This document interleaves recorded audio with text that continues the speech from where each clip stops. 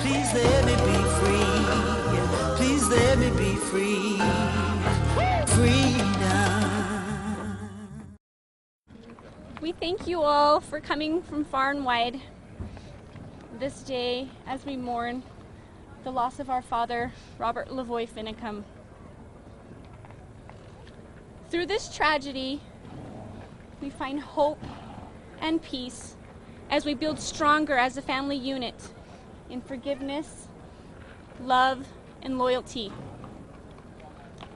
Our family is united to press forward with our father's message that he fervently taught us that only a virtuous people are capable of freedom. These past few weeks, our father has been called many names by the world. But I'll tell you what we call him. We call him Daddy. And we are grateful that our faith teaches us that families are forever. Our daddy taught us time-tested principles. He taught us to be honest, kind, and to always have hope. He taught us to be examples.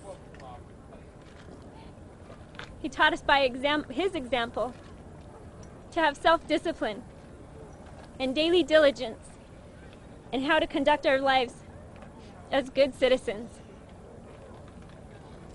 As his children, we have learned so much about faith, respect, and love. We were not done learning from his wisdom, and we will miss hearing those inspiring words from his mouth.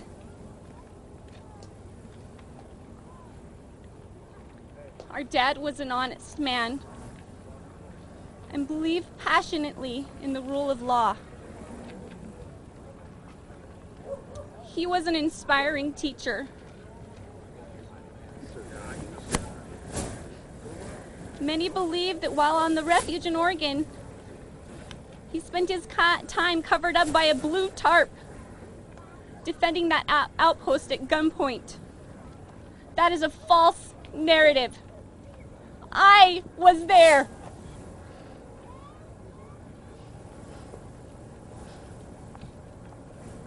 True to form, Tarp Man spent his days in Oregon, meeting with people, befriending them, helping them, teaching them the principles that our leaders have abandoned.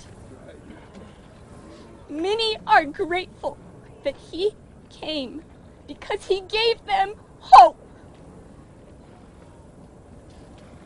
They saw him differently from how the media characterized him. Right. And some have even joined us today.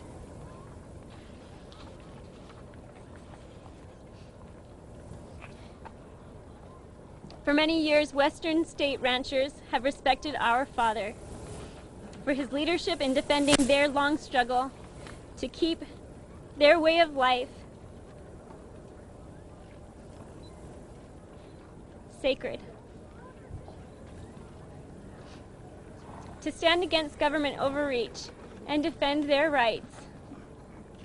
He boldly took the stance that it was the federal government, not the ranchers, that had violated the law as found in Article 1, Section 8, Clause 17.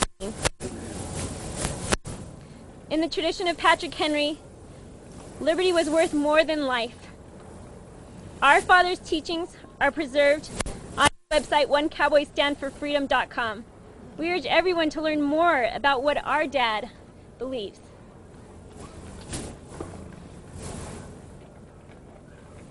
Throughout history, there have been few courageous people willing to stand for what they know is right. George Washington, Thomas Jefferson, people like Cicero, Joan of Arc, Sir Thomas More, the founders of this American Republic. They all had one thing in common. They were mocked, ridiculed, and called extremists. Today's defenders of the U.S. Constitution are now called domestic terrorists. But isn't it interesting to note that yesterday's extremists typically become tomorrow's heroes? Robert LaVoy Finicum, my dad, was and is our hero. Our father read and studied that founding document.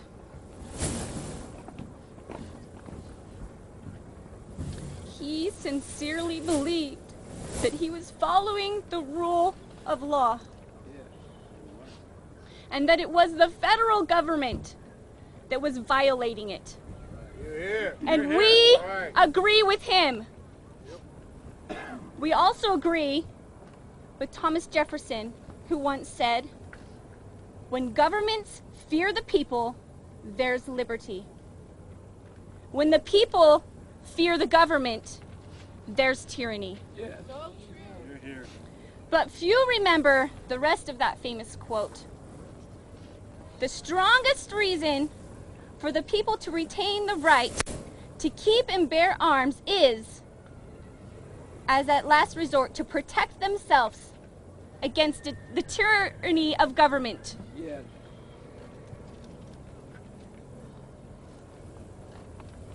Whether or not you believe that our father did the right thing, we step forward to publicly ask, who are we as Americans?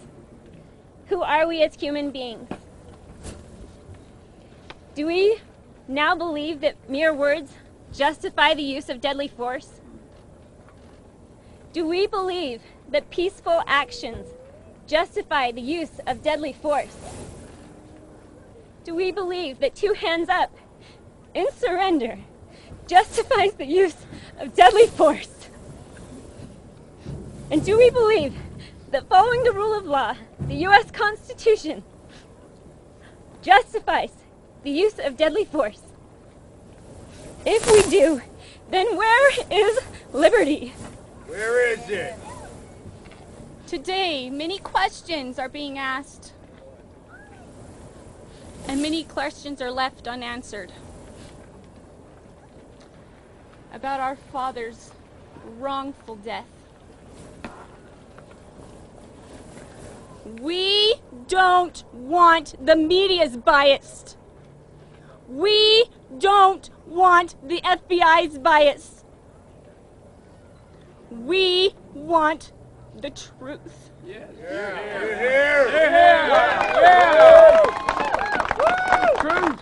And so today, we celebrate our father's life. But going forward, we are calling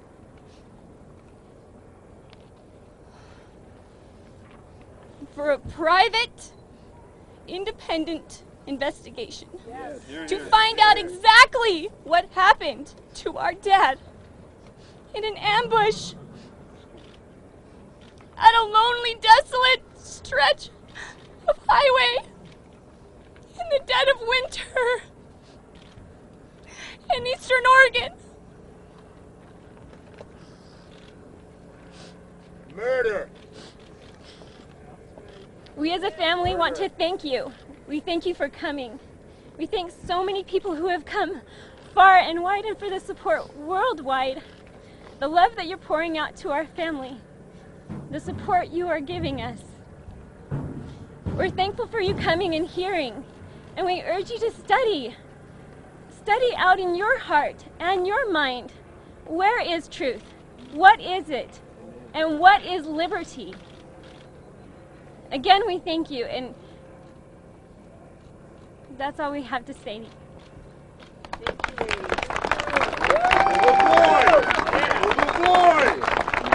Nobody has bothered us until last year, the 29th of June. That was the beginning of my nightmare. I'm getting scared. I'm really getting scared, you know. I'd barely make it on what I have now.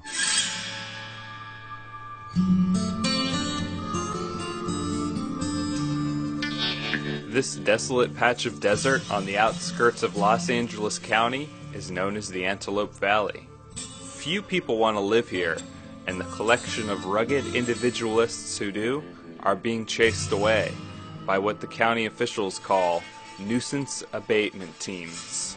Armed county inspection squads that target zoning and code violations. The plight of these desert dwellers made regional headlines when Kim Fahey's home, known as Phonehenge, was raided by a nuisance abatement team. A colorful castle built by Fahey himself out of old telephone poles, Phonehenge was a gift to the media, which covered the county's prosecution of Fahey as an offbeat, human interest story. But Fahey was convicted of 12 misdemeanors. He's been jailed and forced to destroy his own home.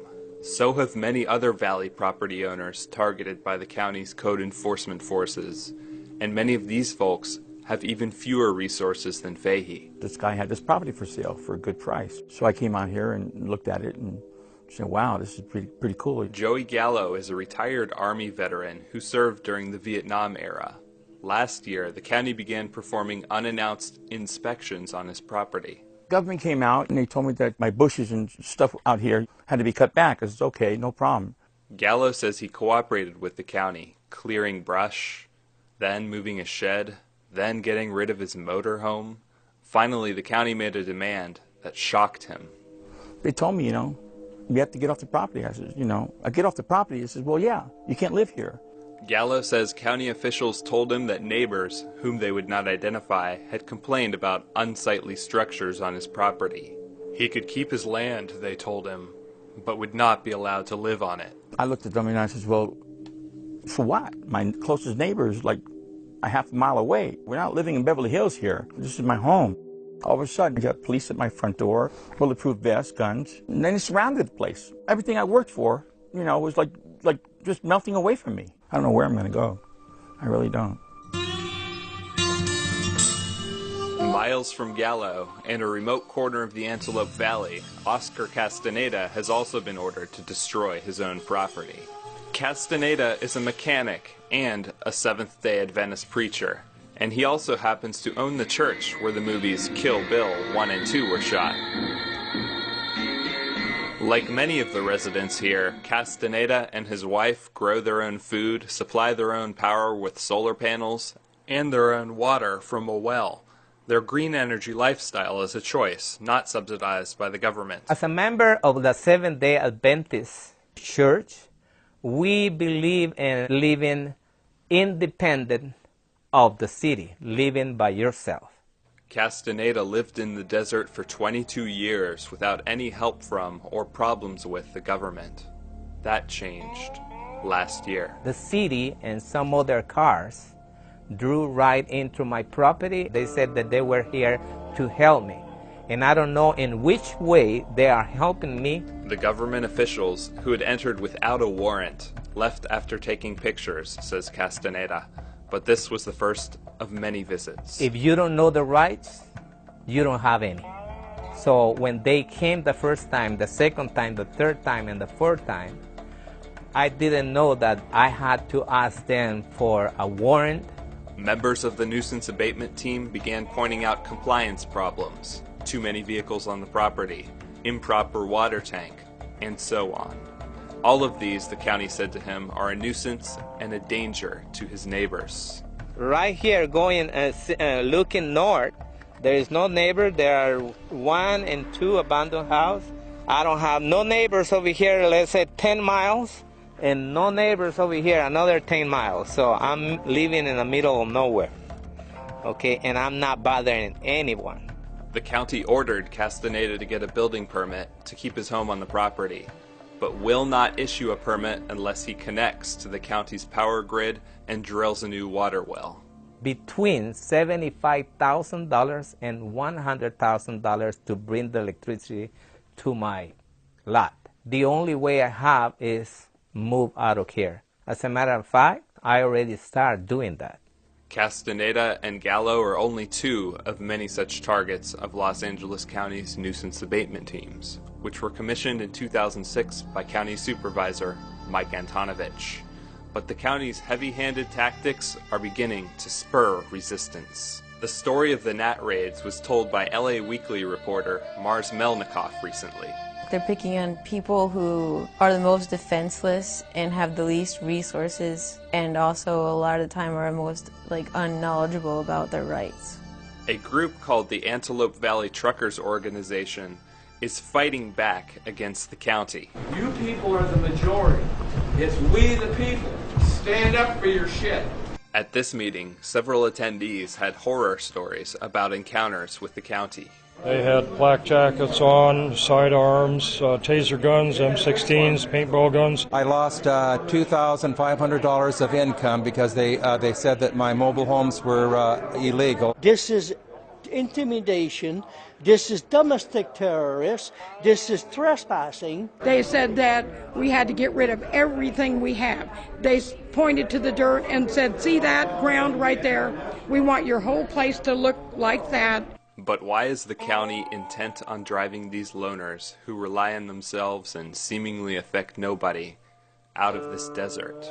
There are many theories from those being pushed out. I think it's a future development, putting a highway through here. I think, when the airport comes, this land probably is going to be worth something. There's the high desert corridor, which goes from the 14 to the 15. If they can get people off their property and buy that land cheap, somebody can make a lot of money. I believe it's more control.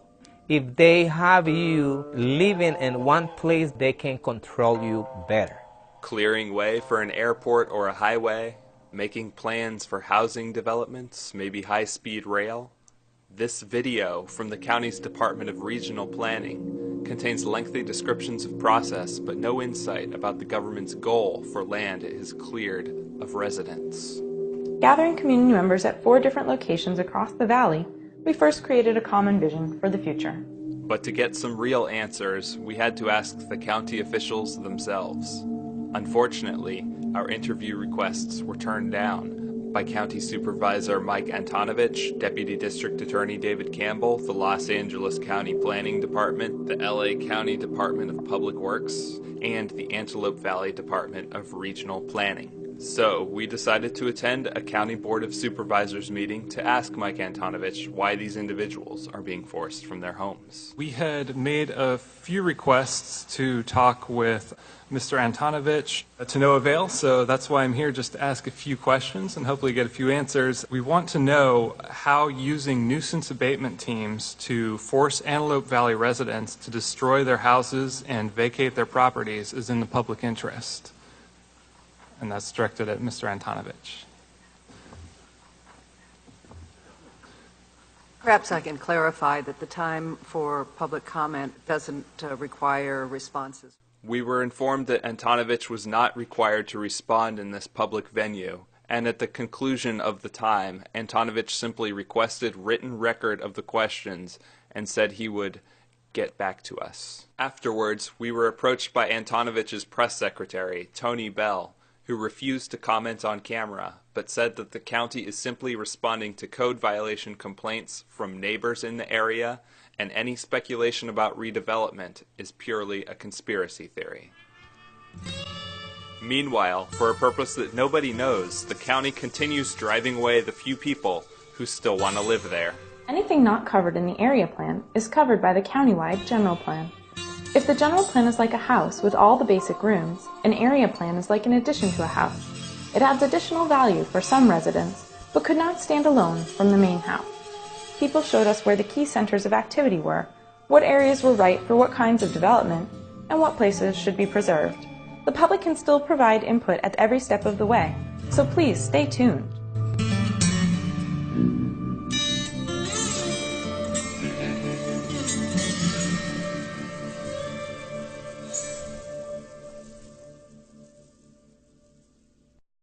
Dabu 777, I don't know what side you're on.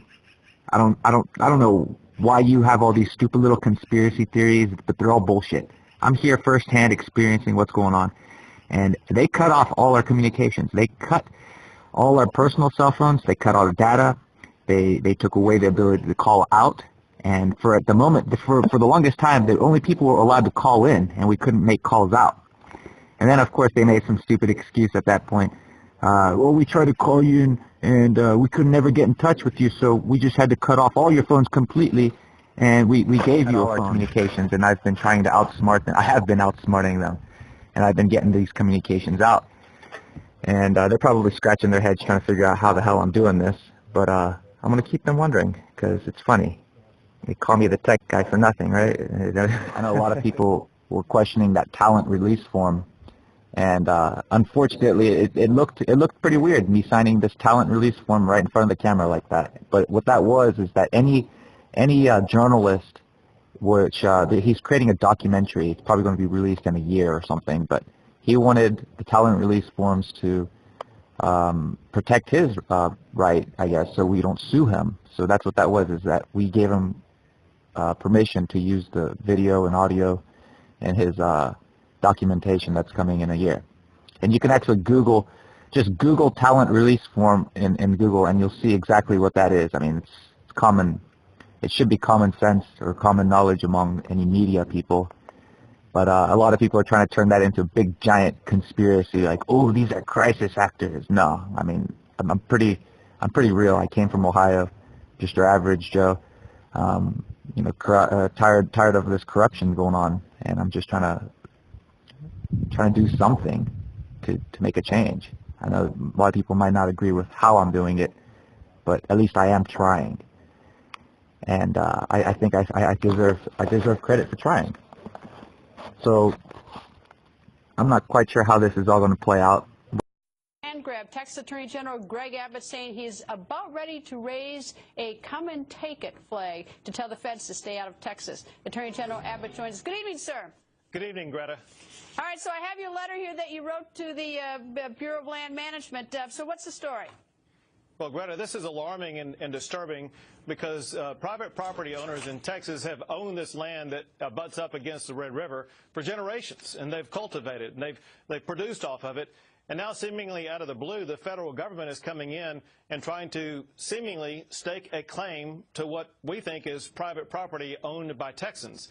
And so what we are doing is firing off this letter to the Bureau of Land Management to find out exactly what it is they are looking into, because we feel that, for one, at a minimum, they are overreaching, trying to grab land that belongs to Texans, or worse, they're violating due process rights by just claiming that this land suddenly belongs to the federal government, swiping it away from our Texans.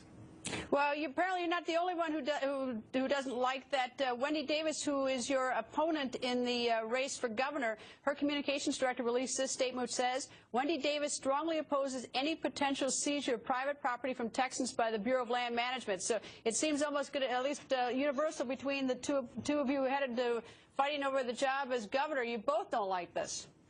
Well, and no one likes the federal government sticking their nose into Texas's business, which is why I've already filed 30 lawsuits against the Obama administration overreaching federal government. What we've seen, Greta, this is just the latest symptom of what seems to be a federal government run amok that is messing in states' rights, now messing in private property rights. And from the very beginning of the founding of this country was based upon the rule of law and private property rights. And for the federal government to trample both of those fundamental principles is just flat wrong. And as the Attorney General of Texas, I'm going to be weighing in, working side by side with these private property owners to ensure that both the rule of law and private property rights are respected by the federal government in the state of Texas. And it's sort of interesting because they have deeds, at least some of the deeds. I'm not sure exactly where the property lines are, but they have deeds and they've been paying taxes for years. But why would the federal government even want this land? What's in it for them? That's one of the questions that we have. We don't have a clue why they're trying to claim it, what basis they have to claim it on. What we do know is that the federal government themselves came out in the mid-1990s and said that they really needed an act of Congress to try to sort this out. Well, after that, Texas did engage in a compact with Oklahoma, and we actually got an act of Congress to come out and say where the dividing line was, what property belongs to Texas, and we've been operating under that presumption ever since that act of Congress passed, only now to have the federal government come in and try to stake a claim to it. Well, the BLM says that they aren't doing this, that that they're not moving in to take this land. So they say they're not even doing this. Right, and you know, one hand is saying one thing, the other hand is saying the other thing, and we're trying to figure out exactly what claims they are staking. If they're saying they're not taking any Texas land, that's fine. However, that does contradict other statements that the BLM is making. And if they do come in and take the land, you're going to do what? We will be seeing them in court because this is land that belongs to Texans, and we're going to be fighting for those Texans and their private property rights and the rule of law and we believe the courts will favor Texas in this fight. Attorney General. Hey everybody, this is Pete Santilli, and I'm calling you actually from the confines of solitary confinement. I'm allowed 1 hour per day outside of my cell. It's cell number 4C03, cell number 3, 23 hours of solitary confinement and punishment.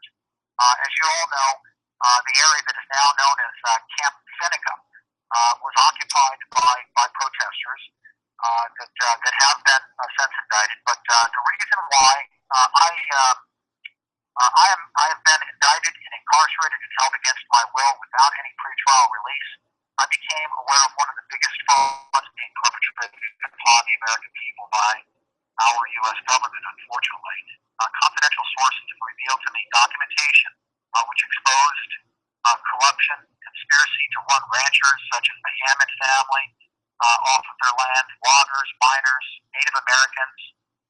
Off of those lands, they're rich in uranium, lithium, other minerals, and they're doing so on behalf of these corporations and investors. We have documentation of such. This, believe it or not, the month that I was out there just bringing awareness to the constitutional issues that the occupiers were taking a stand on, at best trespassing on that land and making soup, but making a constitutional case that the government does not have jurisdiction over that land. I was bringing awareness to those issues and also investigated some of these deals that were being made for the mineral rights and profits that were done on behalf of these corporations under the disguise of a bird refuge there, the wildlife and bird refuge, essentially defrauding the public, especially the residents of Harney County. But listen, along that month that I was investigating that stuff and uncovered this corruption that runs deep within that county, under the tyrannical fist of Judge Grasty and these multi-county commissions, these state agencies, these special interest groups, as well as the corruption and collusion between these federal agencies, such as the BLM and the Fish and Wildlife. But despite overwhelming evidence of corruption, collusion, and even prosecutorial misconduct upon the Ammon family, and despite numerous attempts to plead with law enforcement to investigate into these allegations that came about as a result of the investigation, the government responded by silencing me with solitary confinement, with an indictment, with these trumped up bogus charges that I will absolutely be vindicated once the case comes about. But I'm not going to talk about the case. I feel very, very confident that not only will I win the case, but I will have a very good case against them. And we'll certainly bring that once that evidence comes about. But now is the time, ladies and gentlemen, for God-loving Americans to express their displeasure, of course, peacefully, yet with, I'll say it in the words of John Whitehead from the Rutherford Institute, my attorney, with militant, nonviolent resistance, but very vigorously, for what our government is doing in attempting this to do, not just the people that were involved here in Burns, Oregon, whether they be the refuge occupiers or a media person like myself exposing the truth. You should be outraged, and you should express such. My fellow Americans, I have been indicted in retaliation for exposing the truth. I want you to stand with me, especially right now, Deborah Jordan needs your help. She's actually going to be providing legal support on the outside for me. She's here in Portland. Now, we're going to go for a speedy trial. We're going to do a bunch of things because they've been holding me against my will. But you'll be hearing more about the case as I'm allowed to talk about it. I will talk about it. But the bottom line is this is an absolute 1,000% injustice against not just me for being in the press, the free press, the only profession protected by the U.S. Constitution. But if this could happen to me, it especially you independent media journalists, you alternative media journalists, you better know that that my example shows that there's a target on your back. Please show your support. Well, is the federal government plotting a huge land grab? Republican Utah Congressman Rob Bishop claims that 13 million acres, maybe even more, all throughout the West are at stake. And he says he has documents from the Department of Interior to prove it. Congressman Bishop is kind enough to join us now to talk about this. Great to have you today. Thanks for being here. And it's nice to have you in D.C. because you're actually vacationing here this week. So instead of going home, you're with us helping the local tourism industry. It's a great place to be with you always, yeah. All right, so let's talk about this potential land grab issue. You found out through an internal memo that was within the Department of Interior, initially leaked missing some pages. You found those missing pages. What about that has you concerned about the federal government trying to get its hands on some land out west? Well, first of all, we have not received all the documents yet. We received the first set of documents. There's still more that have been promised to us that are not yet come. And what they show is that even though this government already owns 1 out of every 3 acres in America and disproportionately in the West, they still want to buy more land, they want to control private property around it, and they want to do it even if Congress does not okay it. In fact, the documents were how to go around Congress to implement this kind of plan. What this means for the West particularly is a stopping of our economy, more jobs will be lost. Public education, which requires property tax as well as resource taxes, would be vastly hurt in the West. It's a devastating concept, and especially when the discussion was all about how do we do it even if Congress says no. All right, so we want to make sure that we include the response that we've gotten from the Department of Interior, their explanation for this. We have a part of that we want to show you. They say the preliminary internal discussion draft, referring to this memo, reflects some brainstorming discussions within BLM, the Bureau of Land Management, but no decisions have been made about which areas, if any, might merit more serious review and consideration. They say they're trying to be wise stewards of the land. Is that a good enough explanation for you? No, because even though it may be brainstorming sessions, it still tells me what they're planning on doing, and they have implemented those along the way. So there are efforts to try and expand how much money they have. They want to be able, even though we have a $15 million backlog in maintaining the lands we already want, they have already passed some pieces of legislation to give them $1 billion a year to buy more property to expand what we already have. So I have seen elements of what those brainstorming sessions are in bits and pieces as they become coming through, and it still shows the same mindset. They want to cap more land, they want to control more land, they are willing to go after private property, and I'm sorry, this is devastating to the economy of the West.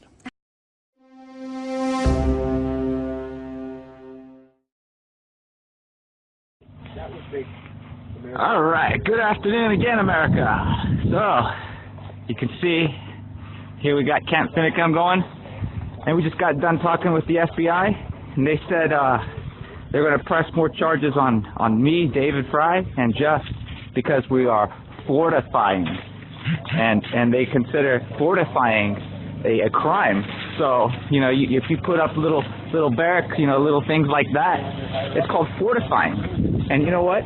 I think that's bullshit. I think you have every right to try to defend yourself against the oncoming onslaught of people with fully automatic machine guns, armored vehicles, and we can't fortify against that? That's a crime to fortify against that? You know? I think that's ridiculous. You know, you see this PT Cruiser? It's government. Government PT Cruiser. But you know what? This is now the Harney County Resource Center. I want you to see this, FBI, feds. It's the Harney County Resource Center. And you know what?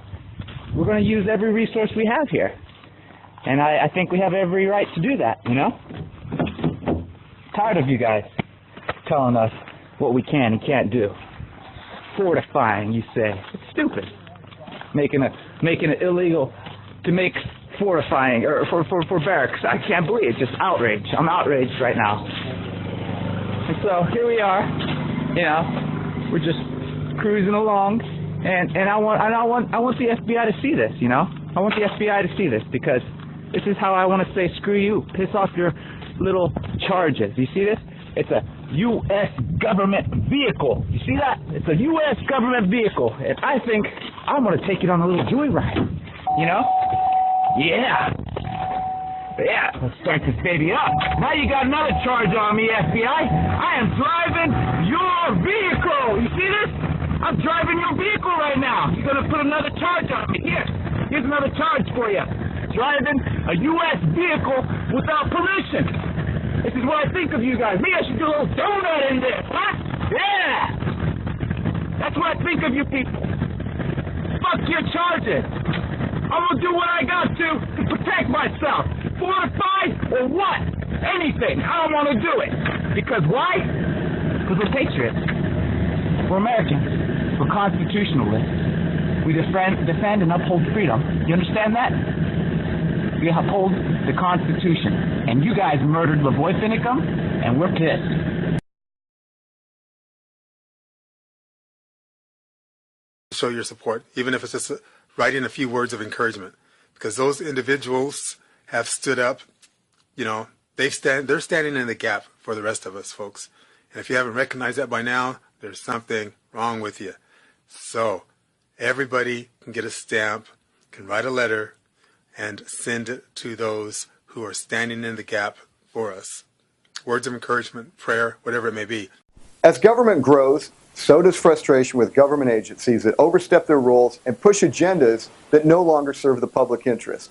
A prime example of this is found on the shores of Northern California, in Point Reyes, where the Department of Interior is determined to close down the doors of the last oyster cannery in California, the Drakes Bay Oyster Company. This oyster operation supplies 1/3 of all oysters consumed in the state. But now a government agency has decided mankind should have limited use of this stretch of coast and are shutting down this small, family-owned business. Bureaucrats thousands of miles away have decided to turn this onshore-offshore area into a marine wilderness area, despite the fact that mankind has been operating ranches and an oyster cannery here for decades. This is a story of how extremely difficult it can be for the average American in rural areas to escape the heavy hand of government intrusion into their way of life. Millions of acres of rural public lands are used for agriculture and livestock production through agreements with Congress and farmers and ranchers. For decades, the Drakes Bay Oyster Company has leased offshore seabeds from Point Reyes National Seashore. But the Department of the Interior decided they wanted to end that lease. They wanted an excuse to do so and set out on a witch hunt to find an environmental violation by the oyster operation. After an extensive environmental impact statement and the use of hidden cameras to monitor the activities of the oyster farm, they claimed that among other environmental problems, protected harbor seals were being harmed. And the superintendent of the National Seashore went so far as to threaten the owner of Drakes Bay Oyster Company with criminal action. None of the government's scientific studies held water. In fact, the National Academy of Science was directed by Senator Dianne Feinstein to review the government's case and found the government science to be faulty and concluded there was no environmental harm from the oyster operations and no reason why the farm couldn't continue to coexist with a healthy ecosystem in the bay. But despite the fact that every reason presented by the Department of Interior was ultimately discredited, Secretary Salazar, on his own discretion, made the decision to shut down this small family farm. The Lunny family has suffered enormous financial loss, both from lost revenues and massive legal bills. But the most difficult aspect of this battle has been the loss of confidence that the average citizens can get a fair, impartial outcome when federal agencies use agenda-driven science and personal crusades to trample on those making an honest living in rural America. The Lunny family now have exhausted all of their legal options. The last remaining course of action is a lawsuit from restaurants that depend on the oysters. Unless the courts intervene and force the Department of Interior to reverse course, the last oyster harvest from the last oyster cannery is just days away. Drakes Bay Oyster Farm here represents about 55% of the total shellfish growing area leased by the California Fish and Game Commission. We produce about 30+% of all the oysters grown in the state of California. We operate the last oyster cannery in California. We have about 30+ employees, and all our food that we produce here remains locally. 100% of our product is distributed within the San Francisco Bay Area. One thing that we're doing in the tradition of oyster farming in Drakes Estero is we're producing food on public land. And this is actually a tradition that began around the turn of the century. It began to be permitted by Cal Fish and Game in the 1930s. And today is no different. We're producing food for a local economy and a local food shed on this public land. We think it's a great opportunity of collaborative conservation. It's a great chance to use public land in an appropriate fashion. At the same time, we're conserving natural resources. We don't see anything unusual or improper about growing food sustainably on public land. I was born and raised here on Point Reyes. Our ranch overlooks Drake's Estero, where the oysters live. Been involved with food production my whole life. This oyster farm is about almost 100 years old. It's been permitted by California Department of Fish and Game since the 1930s. In about the 1960s, this area, the Point Reyes National Seashore, was created around Point Reyes, just north of San Francisco, and it became a unit of the National Park Service. The ranches that completely surround Drake's Estero are all still operating in what's called the pastoral zone, a working landscape. And the oyster farm is in the middle of that working landscape as part of the overall coastal community and coastal dependent use. Now what we see happening is those early agreements where all the ranchers and the oyster farmer would be able to stay. We see a few new people who are taking over control, who are deciding they didn't like those agreements made by Congress, made by our forefathers to our parents, and are deciding that they have a new vision of how Point Reyes National Seashore will be used in the future, and that would be a humanless landscape by removing people, by removing agriculture, and pretending that it never existed. When Congress passed legislation that gave the Secretary of the Interior full authority to issue a permit to the Drakes Bay Oyster Company to continue, Interior decided that the National Environmental Policy Act is required and that a full environmental impact statement was required. What we saw come from there was a compilation of science that's been done behind closed doors. We would find people doing research projects out in the Estero without even our knowledge. They wouldn't even tell us about it. And then when the document was completed, it was riddled with errors. And don't take my word for it, take the National Academy of Sciences' word for it. Take researchers from different universities' words for it. Local environmentalists who have seen this and are embarrassed by it. Yet that's the document that informed the Secretary of the Department of Interior to make a decision to throw out Drakes Bay Oyster Farm. He admitted that it helped inform his decision. So what we see is a case of a disastrous misuse of science, that if it can be this bad, I have a feeling no one has a chance anywhere unless we can get science put back in its rightful place. We often wonder, and we're often asked, what's behind all this? What possesses someone to manipulate science, to make things up, to misrepresent, to fabricate, to say things they know full well are incorrect because they want to drive policy with false science? They have already made policy decisions, they have goals, they have agendas, and they're willing to, say things that are completely untrue. I have a hard time understanding that. I have a hard time believing that there's any agenda that's that important to undermine science, because we really believe that all good policy decisions are based on good science. That's how we make our decisions. What happens from decisions that are based on false science, like what's happening here at Point Reyes National Seashore, will undermine credibility of science everywhere else, and until we get to a point that no one knows what to believe. So we believe that in cases like this, there needs to be some accountability. These false claims need to be reconsidered. We need an outside body to consider it and correct it. so that it doesn't undermine science everywhere.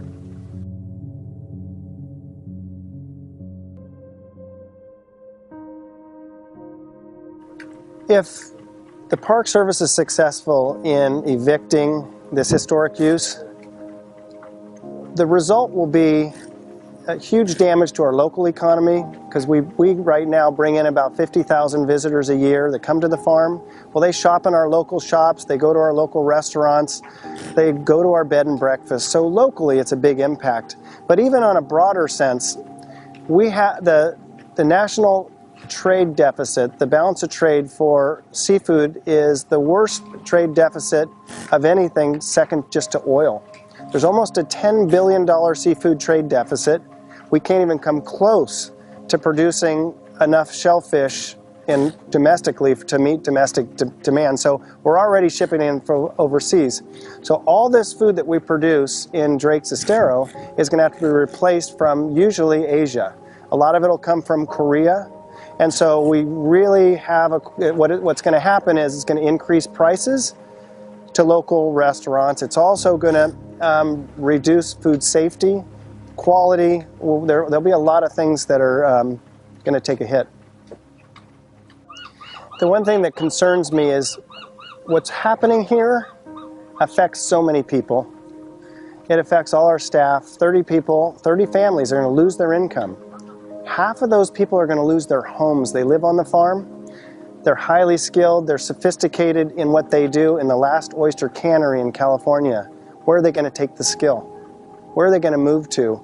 These people grew up, they raised their kids with our kids. They've gone to our schools. They go to our churches. And when you stop and think about this horrible effect, this one decision, this is the federal government. How many families across the nation are going to face this same kind of abuse? We've already been contacted, since this has gotten some visibility, people have contacted us from all over saying, oh my gosh, it's happening to me too. So what I think is important, if nothing else, even if we are thrown out, is that it doesn't repeat itself. It doesn't happen to other good families. It doesn't happen to other good staff when they haven't done anything wrong.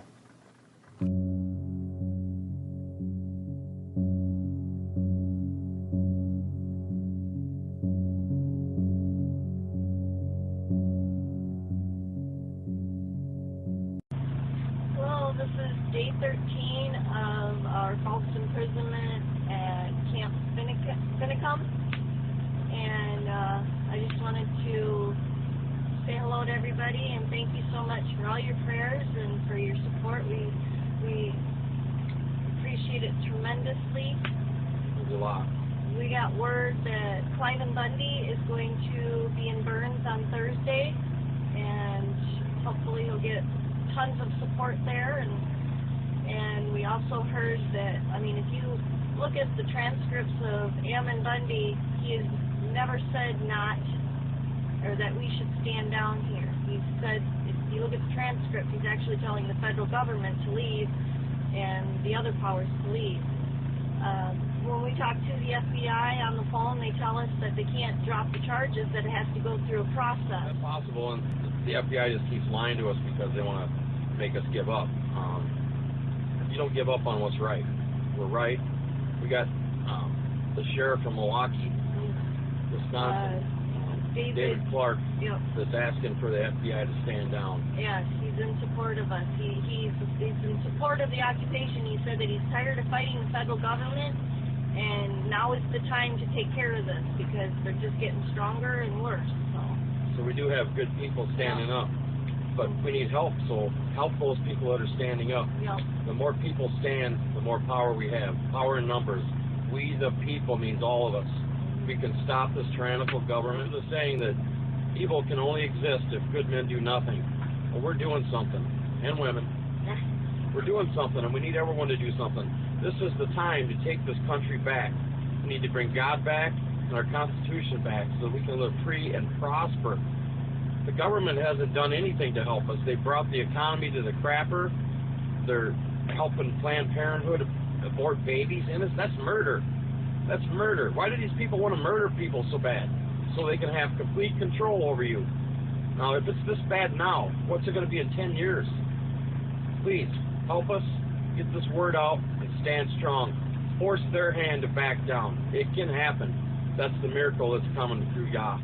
Hey, it's Gavin Syme, and our first order of business this week is to get our patriots out of solitary confinement. This is ridiculous, it's unacceptable, and here's what we're going to do. First of all, we need to understand how bad our justice system has become. Patriots that have not seen the inside of these jails, that have not seen our justice system in some time, a lot of times they don't understand that the rule of law is gone in our system. Due process is gone. Guys, even real criminals are not getting due process and are being abused in this system. Now, we have our patriots down in Multnomah County. We have a treasonous federal government who assassinated LaVoy Finicum, who arrested our patriot brothers and sisters who were trying to uphold the Constitution and the rule of law. We have a complicit sheriff in Multnomah County who, instead of arresting those traitors, is holding prisoners for them. And we have county officials all over this county who are going along with that. The first thing we need to do is demand their release from solitary confinement. This is abuse. They're intentionally trying to keep them isolated and disconnected and helpless. And we have a lot of work to do, but the first thing we're going to do is start ringing the phones off the hook. Let's not underestimate the power of picking up the phone. These people on the other end, they're people just like you and me. But they're slaves to a system of tyranny, and they become complicit in this. So we're going to start calling and demanding with principled firmness that the patriots be released from solitary confinement. From Pete Santilli, who's locked up because he reported the news, because he didn't report it the government's way, to our heroes and patriots like Ammon, Bundy, and John Ritzheimer, and all the others who are locked up. This is unacceptable. Now, Nathan's gathered the numbers, and we're going to keep them updated as we go along if they try disconnecting them. And there's a list here. These are all public numbers. This is nobody's private home or anything like that. So don't let them play the game of, oh, you're harassing us and we're going to report you. We, the people, are the authority. The Constitution is the authority, and these people are an open violation of the law, and we need to assert ourselves. Remember that even the unjust judge in the Bible who feared not God or man, when he was pestered enough, eventually he acted. And so there's a lot of work to be done, but one thing we can all do from out here right now is pick up the phone and start calling all these numbers. Let's let Multnomah County know that this is not acceptable, and the abuse of patriots is not acceptable.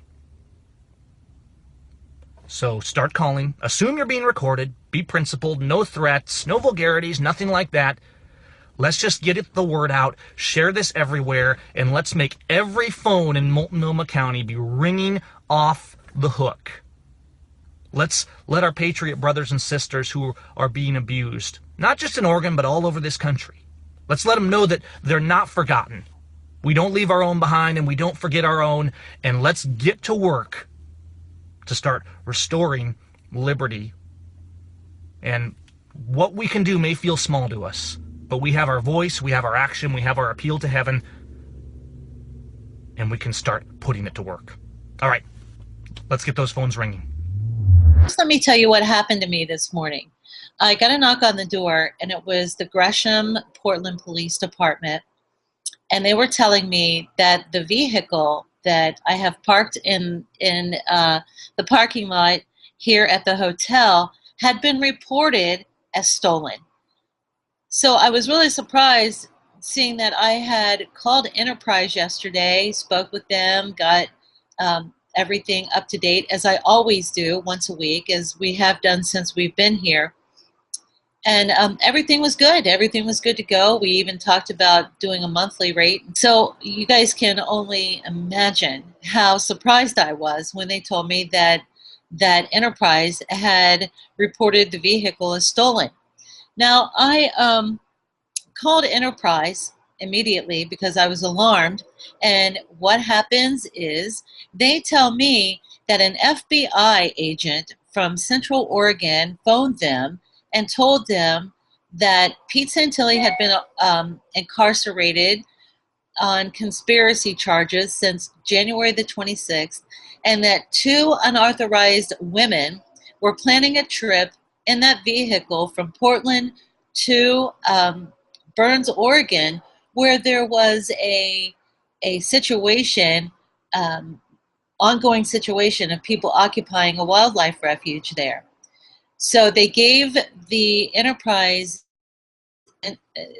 the Pete's case numbers, really just being douchebags at this point, and told him that they suggested that he call the Gresham, Oregon police and report the vehicle as stolen. Oh, and by the way, they also asked the agent for the online OnStar code so that they might be able to better listen to conversations that were happening inside the vehicle until they were able to retrieve it. So this whole thing stinks to high heaven, and every time they do something, it just makes it more obvious that this is not about Pete breaking the law. This is not about Pete being involved in some crazy-ass conspiracy. It's about them retaliating. This is strictly retaliation, and the more things they do like this, the more obvious it becomes. I am getting word that Cliven Bundy is not coming to Oregon. That is rumor. Things are happening in Burns. They are. There's a little campground down there. It's called the Narrows, and the woman who owns it is such an awesome woman. She has been supportive up to this point. She's receiving death threats and threatening phone calls from people across the United States because she is not allowing people to camp there anymore because she feels like her life is becoming endangered because of some of the activity and some of the things that are being said. FBI? Hey, this is the FBI? Yes, it is. Hey, just so you know, you are being recorded. Okay. Hey, I just wanted to call and touch bases with you guys. You guys are holding the Burns, Oregon Patriots that you attacked and arrested in solitary confinement, and that's not cool. That's a violation of their rights, and at the very least, we need to get them out of solitary confinement. And so I think you guys can do something about that. Okay. Okay, so what are you going to do about it? I am not going to comment at this time. Okay, who's in charge that can comment? Who's in charge of the FBI in Oregon? Our special agent in charge is Greg Bretzing. Do we have his contact info available? He is not available at this time. Okay, well, can we leave a message for him? Sure. What's his, does he have a voicemail line, or how do we get a hold of him? Well, you can just leave a message with me and I can forward it to him. Okay, well, you tell Greg that we have a law in this country. It's called the Constitution, and you guys swore to uphold it, and that you guys violated that law when you assassinated LaVoy Finicum. You violated that law when you arrested people for trying to uphold peacefully the Constitution, and you became aggressors, and you guys need to repent. You are abusing the innocent, the weak, the fatherless, and the widow, and God will hold you accountable for that. The patriots out here are peaceful. We just want the law to be followed. We want our children to be free, and I'm sure you want that for your kids as well. And you tell Greg that, to start with, we need to get these patriots out of solitary confinement. Okay. Okay, what's your name? I don't give out my name. I'm sorry, aren't you a public official? No, I'm not a public official. You work for the FBI, but you're not a public official. Did you take an oath to the Constitution? I am not going to comment on anything. Okay, what I would encourage you to do, I mean, obviously I can't force you to give me your name. My name's Gavin, by the way. You probably already know that. And what I would encourage you to do when you get home tonight is look at your kids and your family, give them a hug and read the Constitution, and look around you at your neighbors and your friends and ask what kind of country we want for them. You know what I mean? Okay. Okay? All right, well, you take care. Okay. Bye-bye. Thank you.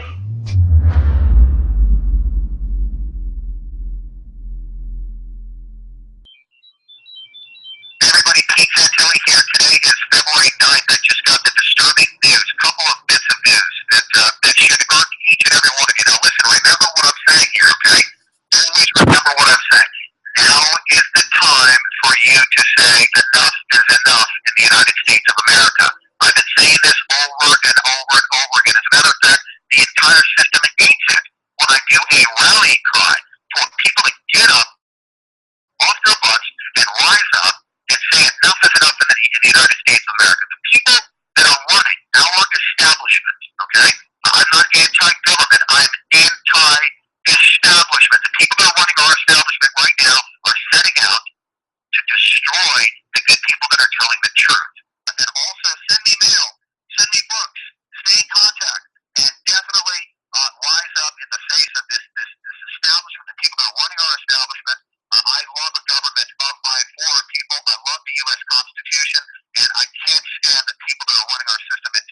About Blaine Cooper, believe it or not, I actually got a phone call, and it turned out, I didn't know it at the time, but he was an FBI agent. He somehow got my phone number and asked for Blaine Cooper.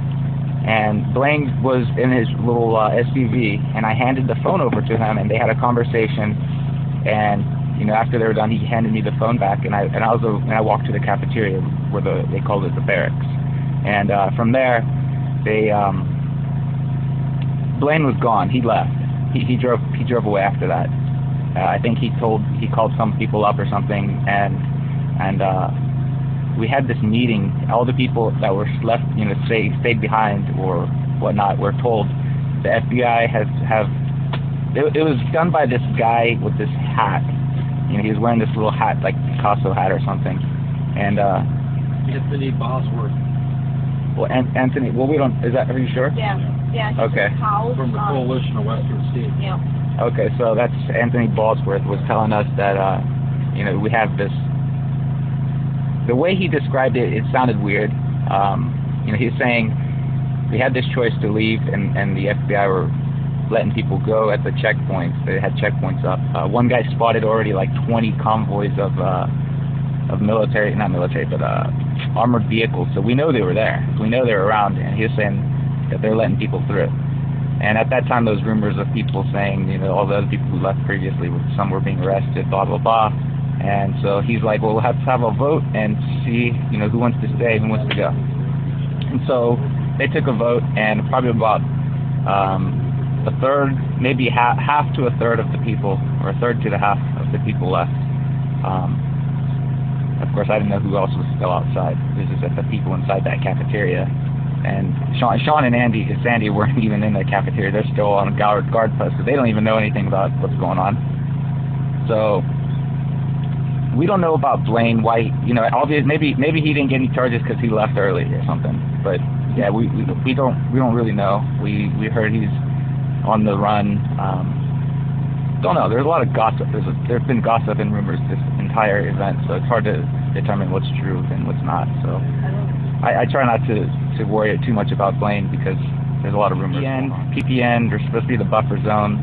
They said we'll stop another Waco if anything happens, but they tucked tail and ran right away. They haven't really. It doesn't seem like they have done anything about LaVoy's death. They should be in an uproar.